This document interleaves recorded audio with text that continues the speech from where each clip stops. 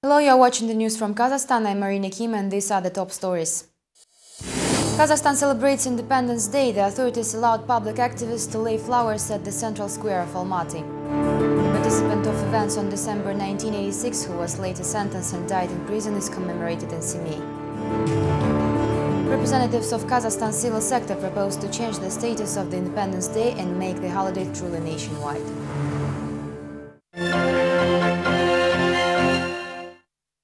On Thursday, Kazakhstan celebrated its Independence Day. The decree announcing independence was signed on December 16, 1991, and 19 years later, President Nursultan Nazarbayev received congratulation messages from the leaders of other countries.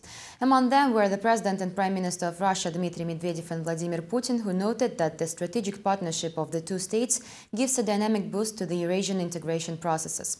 Medvedev stressed that the consistent course of Kazakhstan's leadership, as well as responsible and proactive policy in the international arena, gained the country its current praised reputation enjoyed abroad. A vivid example of that is the recent OSCE summit in Astana, which added a new page in the history of the organization. French President Nicolas Sarkozy and the US President Barack Obama made flattering comments about the OSCE summit in Astana. In his telegram, Sarkozy noted the success of the event, which he personally didn't attend, while Obama wished further prosperity to the country. On Wednesday, Nazarbayev received a congratulatory message from the UN Secretary-General Ban Ki-moon, who said, quote, "With your support, we now can meet the threats of our time and build a more prosperous, equitable and sustainable world for all." The congratulatory messages to the people of Kazakhstan and personally to the leader of the nation were sent by the Japanese Emperor, King of Belgium, Presidents of Switzerland, Israel, Korea, Cyprus, as well as the King and heir to the throne of Saudi Arabia. Political analysts believe that congratulatory messages have a formal nature, but do praise the political aspects of Kazakhstan as well. First of all, the words are worth nothing. Secondly, we did host an OSCE summit, and it had to be noted somehow. Finally, geopolitically, Kazakhstan is putting more emphasis on Europe and USA now, although remaining a part of the customs union with Russia, which itself strives for a better cooperation with NATO, EU and the USA, with the joint operations in Afghanistan. That is why Kazakhstan's direction is liked by many other countries, so they write us all these nice telegrams. President Nazarbayev didn't make any public appearance on the Independence Day, congratulating the nation one day prior. On Wednesday, he presented officials with state awards, namely giving the leader of nation medal to Prime Minister Karim Masimov. Unlike the administration, the population judged the importance of a holiday by the way the authorities organized celebrations. This time, even activists who just recently wanted law enforcement to prevent some oppositionists from nearing the Independence Monument are saying the Almaty Central Square rarely looked this empty. Among those who did show up were the members of the movement Kazakhstan 2012, whom the city administration granted their first authorization for a peaceful gathering. On December 16th, around 50 activists of the movement Kazakhstan 2012 laid flowers at the Independence Monument in Almaty. This is a rare case of authorities allowing public and political movements enter the Republican Square. Still, despite the solemn occasion, people talk about their everyday concerns. When the events of 1986 happened, no one thought that the Soviet Union will collapse soon. The current state could also fall if the authorities will continue to ignore the people. The police let the spontaneous gathering continue, just turning up the music and the loudspeakers. The leader of the movement, Zhaltuksan 86, Gulbahram Zhoniz, observed the events on the square. In early December, she asked the authorities to limit the access to the square during the Independence Day. On Thursday, though, she didn't openly confront the opponents, being more concerned about the organization of the celebration. Zhoniz compared the holiday with the wedding of an orphan. Very few people came. The event is poorly organized. I'd say it's the director's fault, and our director is the authorities. This should have been a celebration. After the half an hour, people left the square and went to the building of the Almaty city administration, which they plan to picket, although with no authorization. Activists want to ask Mayor Yesimov to dismiss the deputy Serexey Dumanov. The petition was accepted and officials promised to pass it to the mayor in the nearest future. First of all, today is a day off. Secondly, I congratulate you with the Independence Day. I will pass this petition to the leadership as soon as possible.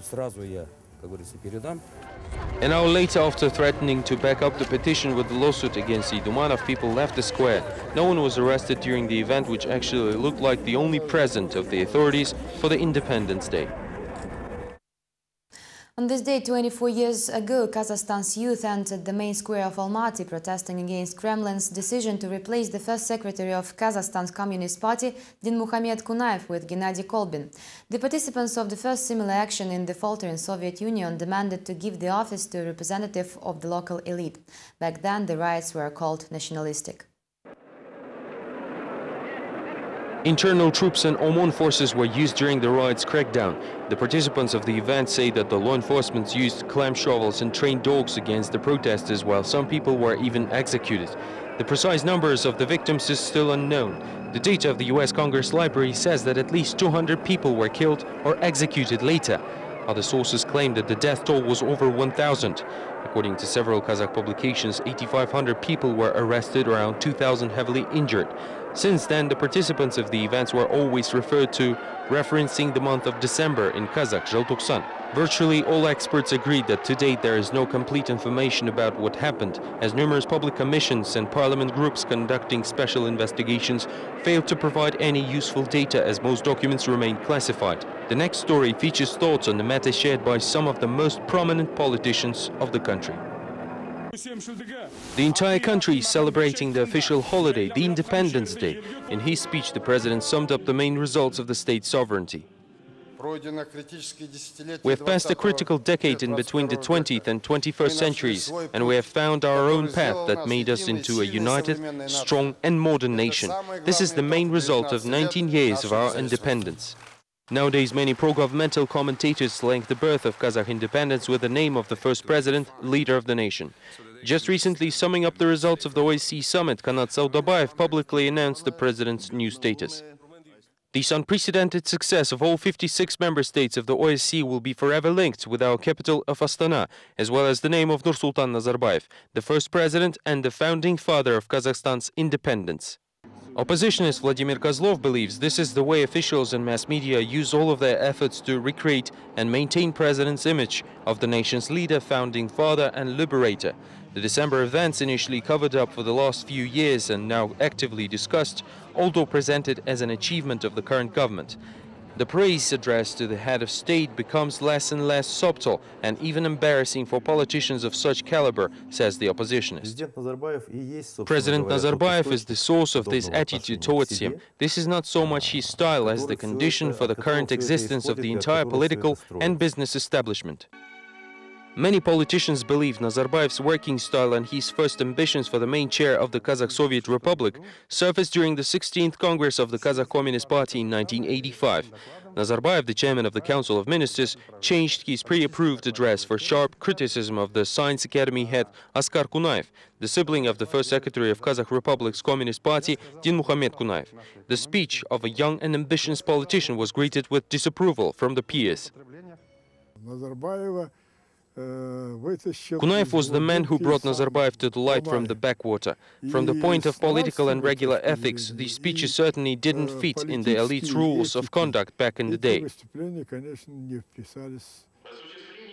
Experts say that Nazarbayev's choice of open confrontation was forced upon him by the central authorities, who wanted to remove the aging party bosses in the leadership of Soviet republics. The youngest and most promising candidates for the top chair were the head of the Kazakh Republic's Council of Ministers, Nursultan Nazarbayev, Central Committee Secretary of Kazakhstan's Communist Party, Zakash Kamalidenov, and the first secretary of the party's Kızılorda Regional Committee, Yerkin Aulbekov. Aulbekov worked in all regions of Kazakhstan, so he knew the country very well. Also, he was very modest and everyone thought he will be the next chairman. Experts say that in his attempts to reach the top, Nazarbayev allied with Kamalidenov, while Aulbekov was removed from the competition after a conveniently timed article in Pravda, which played a negative role in his career. The central authorities, however, mixed the deck once again by giving the position of Kazakh Communist Party Central Committee's first secretary to Gennady Kolbin. This risky move failed completely. Talking about the fateful December of 1986, writer Karishal Asanata recalls a conversation between Yerkin Aulbekov and Zakash Kamalidenov right after the new Central Committee secretary arrived to Kazakhstan.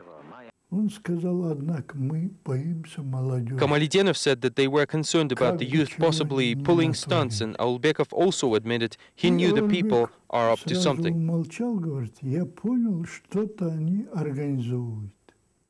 Thousands of young people entered the square next to the government building protesting against the appointment of Gennady Kolbin as the head of the country. The peaceful rally soon turned into a massacre. Already back then, several newspapers and magazines wrote that the action was organized by someone from the top administration.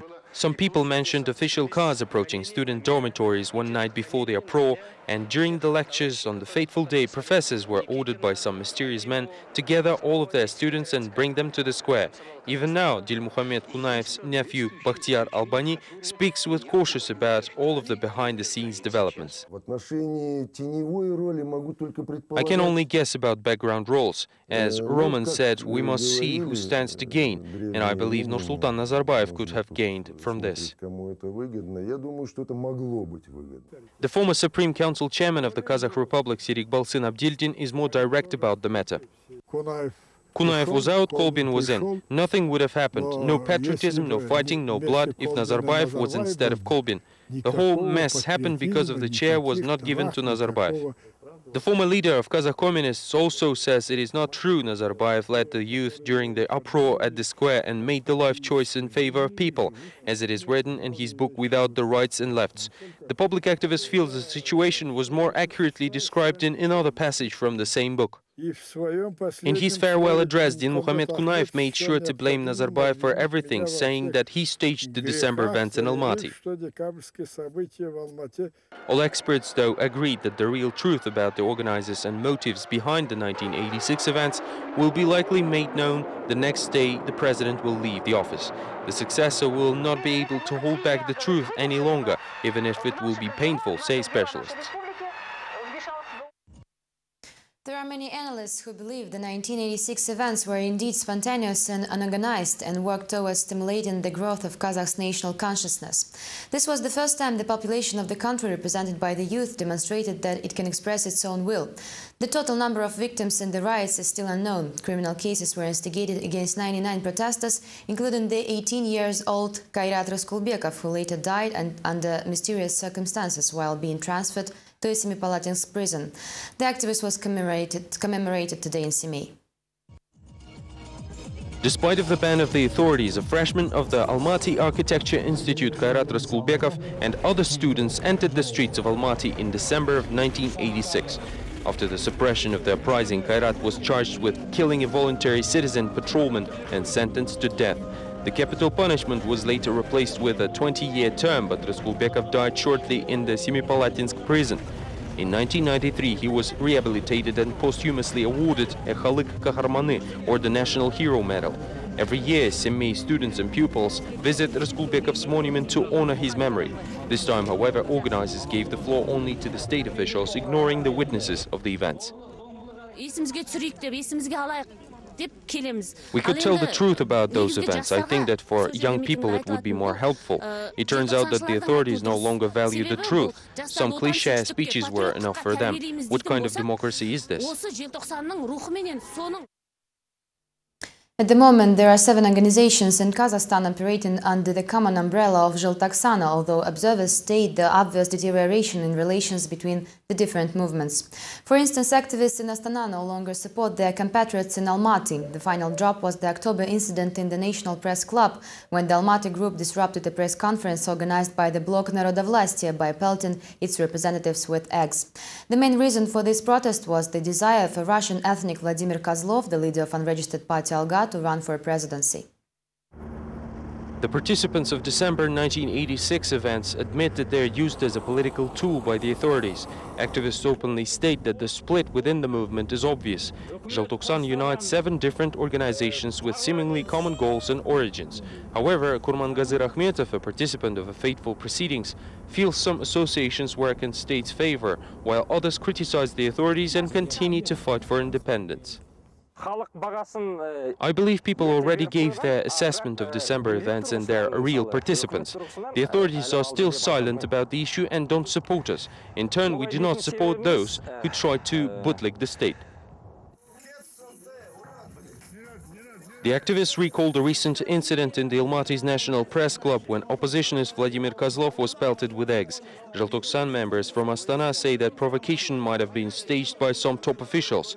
Guldan Sadvakasova criticizes the actions of Zhaltoksan members from Almaty as the attempts to entice ethnic hatred work against the image of the independence fighters. The actions of Gulbahram Junis put a shame for everyone who was part of the events on December 1986. She undermined our reputation with the egg-pelting incident while saying she represents Zhaltoksan movement. Activists are also disappointed that during the recent ceremony of awarding state medals, Nursultan Nazarbayev completely ignored Zhaltoksan members, although they feel they also have a lot to say to the head of state. Participants of events of December 1986 are frustrated that their calls to install a monument in Astana remained unanswered, just like their appeals for help, as they still lack any social benefits or even an official status. The lack of a firm political evaluation of the events on December 17, 1986 still creates ambiguity around the Independence Day. Perhaps this is why there is no festive atmosphere during the holiday and some events are held practically underground. The issue was raised during the Thursday's forum organized by representatives of civil sector in Almaty. Participants and organizers of the Civil Sector Forum say that the celebration of Independence Day should be anticipated with joy, not fear. However, so far the only thing that unites the partakers of the Almaty debates is the national anthem.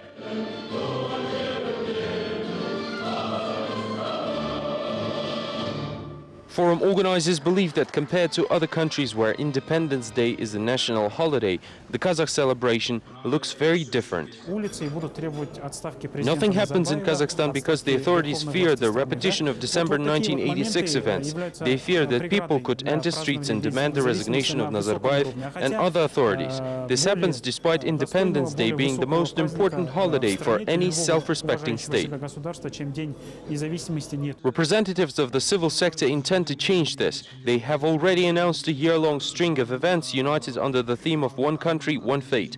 This marathon will end next year in Astana and along the way will include roundtables, forums and other actions. However, not everyone agrees with the estimation of the Independence Day issue.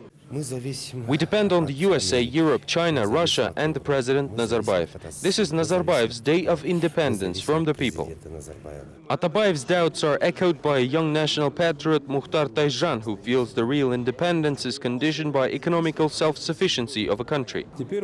Take oil industry for instance. When we were getting our independence, everyone was happy and thought that the state will now live like Arab Emirates, but out of 70 million tons of oil extracted in Kazakhstan, only 28% belongs to our country. The ceremony of laying flowers at the Republican Square was the official start of the year-long marathon. The action was not allowed due to the presence of city administration officials at the forum, who joined the civil sector representatives at the Independence Monument. Ordinary citizens of the country also perceive the Independence Day very differently. Here is what they have to say about the holiday. We should be happy that the situation in our country is stable and there are almost no disagreements between people with different ethnic backgrounds. I will celebrate the holiday with my family and colleagues. The independence should be celebrated well, although it is not really clear what is the independence from. Everything should be more cheerful. After all, we're talking about our people's happiness. I will likely celebrate it with my family and people on the streets because this is the state holiday. We're commemorating the events of December 1986. It is our history. This is the most important day of any country. I came from Poland, and in our country this is the biggest holiday. I will not celebrate the Independence Day. These were all the major news for the day. Join us tomorrow for the final news bulletin of the week. Thank you for watching. Goodbye.